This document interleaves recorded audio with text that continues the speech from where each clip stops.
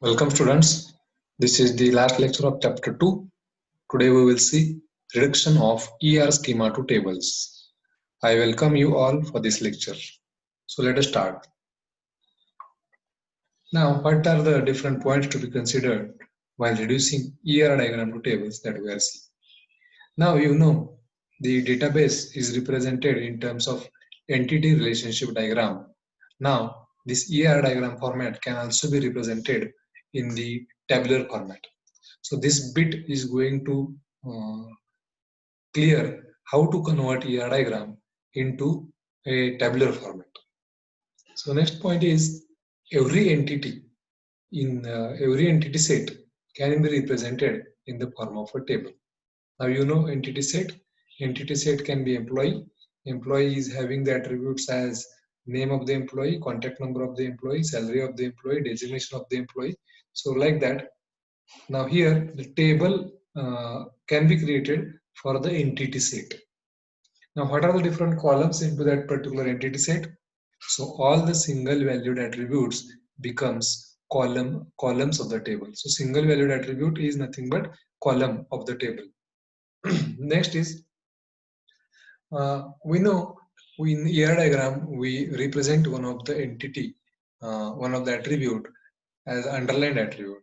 That underlined attribute we call it as a key attribute. And this key attribute is nothing but a primary key in the table. So primary key, the primary key is the key in the table which can be uniquely identifying a record in the table. So in our example, we have seen that roll number is going to be the unique key because there will not be there will not be any possibility that two students are having the same roll number.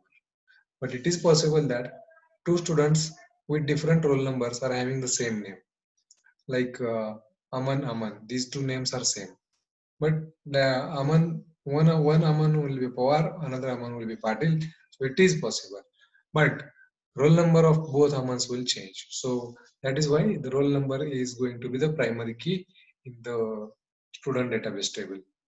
Next is all the multi-valued attributes are represented in the form of a table. So multi-valued attribute means an attribute which is having more than one value. At that time, it is the separate table is created for such a multi-valued attribute. So we have seen example of multi-valued attribute is nothing but mobile number, contact number. So contact number can be more than one. So at that time, a separate table is maintained for multi-valued attributes. Then next is derived attributes. Now, derived attributes are calculated depending on an attribute. So such a derived attributes are simply neglected and they are not at all considered in any tables. So these are the some points to be considered. Now let us see the example. This example is a little bit complicated as you can see here. I will annotate it. So here branch, you can see here branch. We have uh, branch city as the attribute of branch. This is the relationship loan branch. One more entity set is customer. So customer table can be there, wherein the name of the columns will be, first column will be customer ID, then name, street, and city. So this can be a customer table. Loan table will also be there. In loan table, you will have loan number and amount. Next is employee table can be also there, wherein employee ID will be the primary key. Then, uh, then this is a dependent name depending on employee. Then this is employment strength, sorry, employment length. So this is the calculated depending on the date of joining. So this we call it as a for this particular attribute we are not going to consider into the table. So depending on start date, employment length will be calculated. So this is weak entity set. Next is the telephone number and employee name. So all these are the columns for the table named as employee.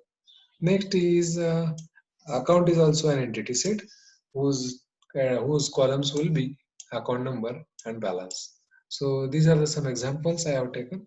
Here one more thing is that payment. So payment is weak until this payment number is not going to be unique, because payment number can be 1, payment number can be 2, payment number can be 3, and it can be repeated for a particular loan number. So this payment table can be generated using payment number, payment date, and payment amount, but its unique key or primary key will be loan number that can be taken from uh, this particular relation, loan relation. I hope you understood this diagram. So let us see tables one by one. The first is loan entity as a loan table. Now, before I explain this table, so let us go to the loan entity in the diagram first. Where is that? Here it is, loan entity. So here loan number is underlined, so it is a primary key.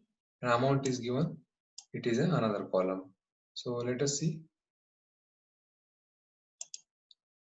the table for loan. See, this is loan number, this is amount. So loan entity set is now shown in terms of a table. So this is called as reduction of ER diagram into table. So this is a simple table we have seen. One more example, customer entity set as a customer table. Now you can see here customer entity set is represented in terms of customer table with customer ID as a primary key, customer name, customer street, and customer city. So to make you clear, let us again we will check what is the customer entity set. So here you can see customer entity set. So this is primary key, customer ID, column number 1. This is customer name, column number 2. This is customer street, column number 3. And this is customer city, column number 4. So these are the 4 columns for this particular customer entity set. So you can see customer ID, customer name, customer street, and customer city. Got it? So let us go to the next payment table.